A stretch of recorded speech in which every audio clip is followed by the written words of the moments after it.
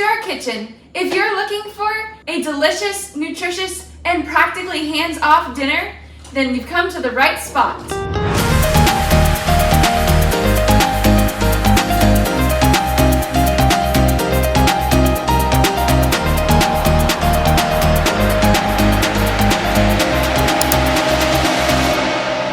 Today we're going to be making what I like to call the powerhouse soup. This soup is packed with nutrition, and all of our ingredients are right here, and they're super simple to find at any grocery store. So what we have is some frozen peas and carrots. We'll be using canned green beans, canned chickpeas, lentils, 2 sweet potato, 1 onion, canned pumpkin, which is actually left over from our breakfast freezer meal video that I froze, so we'll get to use that now, chopped frozen spinach, and 4 chicken thighs, which I've taken the skins off of. This meal is super simple. Pretty much all we're going to do is load down the crock pot, and then we'll talk about our side that we're going to have with this meal. Our 4 chicken thighs are already in the crock pot, so let's go ahead and add a cup of lentils on top, and just spread them over the chicken. Then add the peas and carrots. No need to defrost them, you can just throw them in like this, frozen. Add as much chopped spinach as you'd like. Again, it doesn't need to be defrosted either, you can just throw it in frozen. You can also use canned spinach for this if you can't find frozen spinach. Now I'm going to drain our cut green beans and put those in as well. Add them right on top.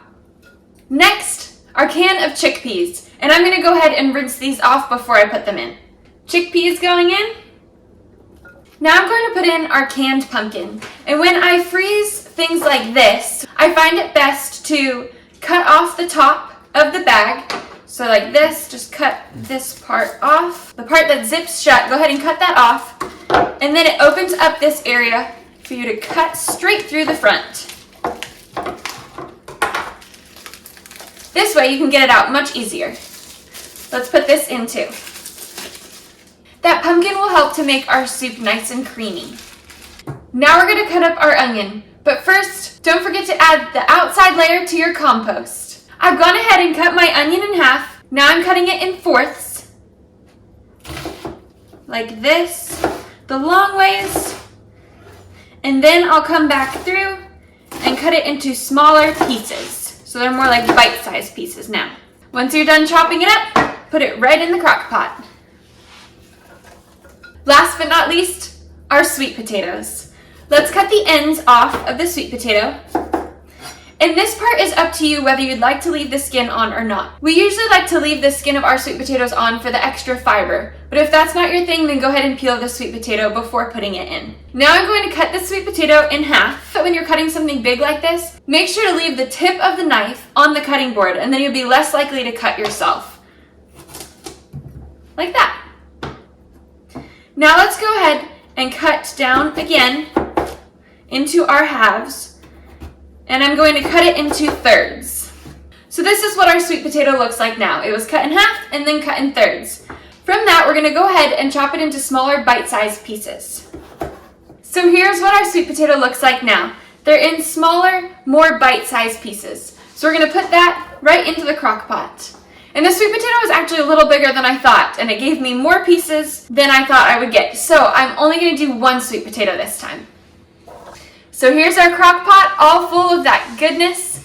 Let's go ahead and add water all the way to the top. Add enough water so that you're able to see it at the top, and it's touching all of your veggies and ingredients. Now let's go ahead and start this on the heat. And just like that, your dinner is made. Let's go ahead and talk about a super fancy looking side that takes about no time. One thing I love about this recipe is that you really can make it your own. So if you don't like sweet potatoes, don't add them in. Do something like potatoes instead. Or if peas and carrots aren't really your thing, you can add other vegetables like corn. You can play and experiment with this recipe however you want. And I also wanted to say that I specifically didn't add any seasonings.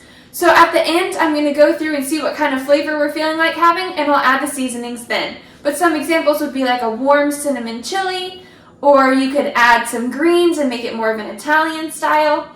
It's up to you. Now it would be wrong to have soup without some fresh bread. And I know that I said this meal is going to be practically hands-off, so that's why we're going to make what's called the world's easiest yeast bread. and it really is that simple. For this, we're going to need a Dutch oven, some flour, kosher salt, rapid rise yeast, and warm water.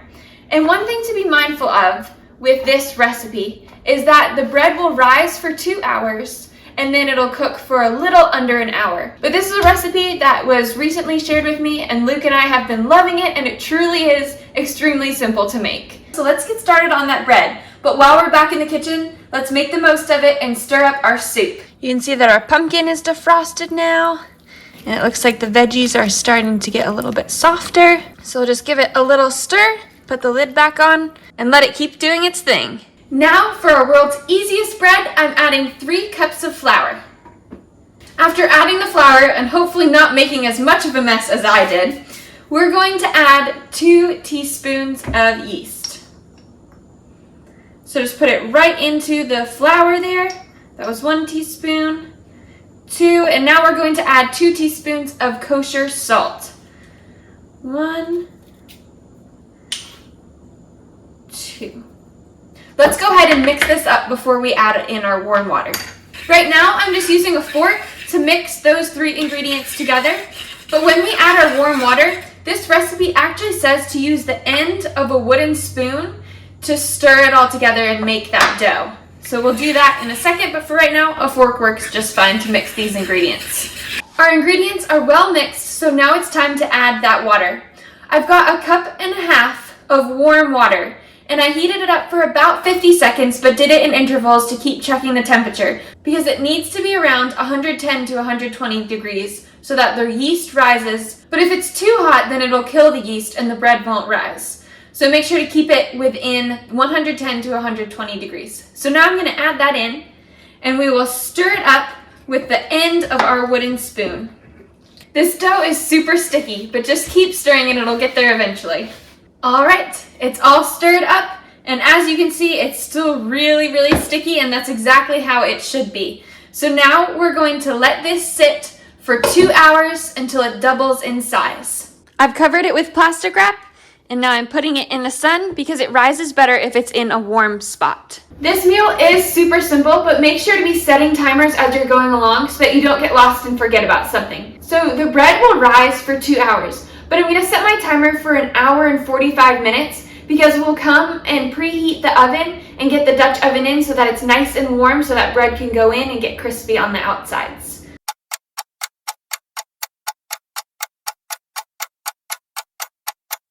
Alright, we're back in the kitchen only to preheat the oven. So go ahead and put it to 450 degrees and then put the Dutch oven in even if the oven isn't fully preheated. See you back here in 30 minutes.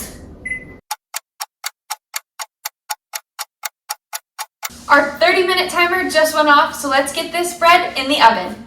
Our dough has doubled in size, so let's go ahead and take the plastic wrap off, and we're going to coat the counter with a little bit of flour so our dough doesn't stick. Then use a spatula, put the dough on top of this flour. What's great about this recipe is there's no kneading. All you have to do is fold your dough over a few times. It says about 6 times is best. But don't get too hung up on the number. Really, all we're trying to do is get it into a circular shape. Now open up your parchment paper and take your dough and place it in. Wherever it still has creases, put that on the bottom. I'm going to get that Dutch oven out of the oven and we'll put our bread into it. Now open up your Dutch oven and place the bread inside in the parchment paper.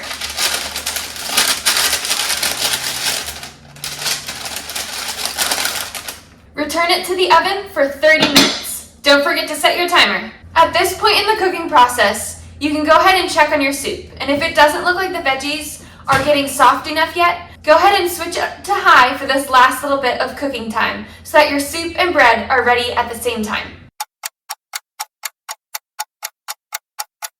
After 30 minutes, go ahead and remove the lid off of the Dutch oven. Then set a timer for 13 minutes.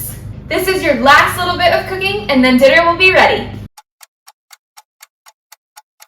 Let's go ahead and get that bread out. Woo, it looks beautiful. Now go ahead and use that parchment paper. And it's cool, so don't worry. And just pull it out. And now it's ready to serve. Let's get dinner served up. So here's how I served up that soup. We've got the veggies on the bottom and then the chicken on top. Another way to do this is to pull all the chicken out of the soup, pull it off the bone, and then put it back into the vegetable mix. Dinner is served. Elegant and easy. I hope you enjoyed this practically hands-free dinner and got some inspiration from it. Thank you so much for watching. I can't wait to eat this meal. It's going to be so good. We'll see you again next time. Bye! The best way to eat this bread is one bite at a time.